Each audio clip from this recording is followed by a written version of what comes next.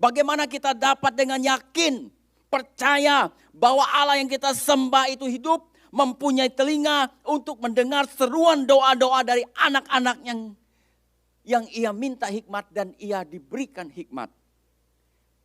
Kita perlu mendapat jawaban dari firman Allah itu sendiri. Kalau Bapak Ibu Saudara sekalian membaca di dalam Mazmur 115 ayat 1 sampai ke 7, maka di situ saudara menemukan bahwa ada dua kategori. Yang pertama adalah tentang Allah yang disembah bangsa Israel atau Yahweh. Dan yang sisi yang lain yaitu Allah yang disembah oleh orang-orang di luar bangsa Israel. Yaitu mereka menyembah Baal, patung tuangan dan sebagainya.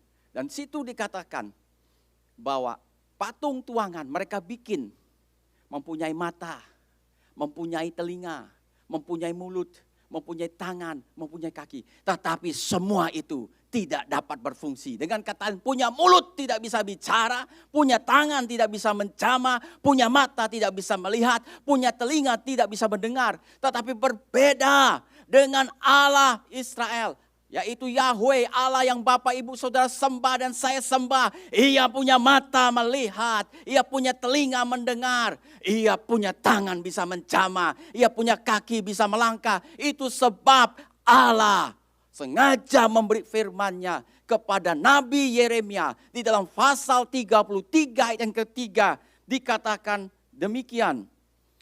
Berserulah kepadaku, maka aku akan menjawab engkau dan akan memberitahu kepadamu hal-hal yang besar yang tidak terpahami, yakni hal-hal yang tidak kau ketahui. Ini memberitahu kepada kita bahwa Allah itu punya telinga dan ia mendengar, maka itu ia memberi satu perintah, berserulah. Maka aku menjawab, haleluya.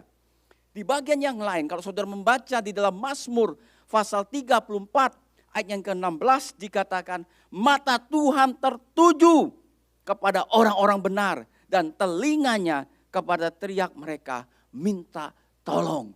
Jadi Allah kita, haleluya, Allah yang punya mata melihat, Allah yang punya telinga mendengar. Dan saudara-saudaraku, sebagai hal yang luar biasa, ketika Yesus dan murid-muridnya berkumpul bersama-sama, dan murid-muridnya bertanya, Guru, ajari kami berdoa. Dan Yesus mengajar mereka berdoa. Kalau berdoa seperti ini, Bapa kami yang di sorga, dikuduskanlah namamu, datanglah kerajaanmu, dan jadilah kehendakmu di bumi seperti di sorga, dan seterusnya. Pertanyaannya adalah, mengapa Yesus mengajar murid-muridnya berdoa?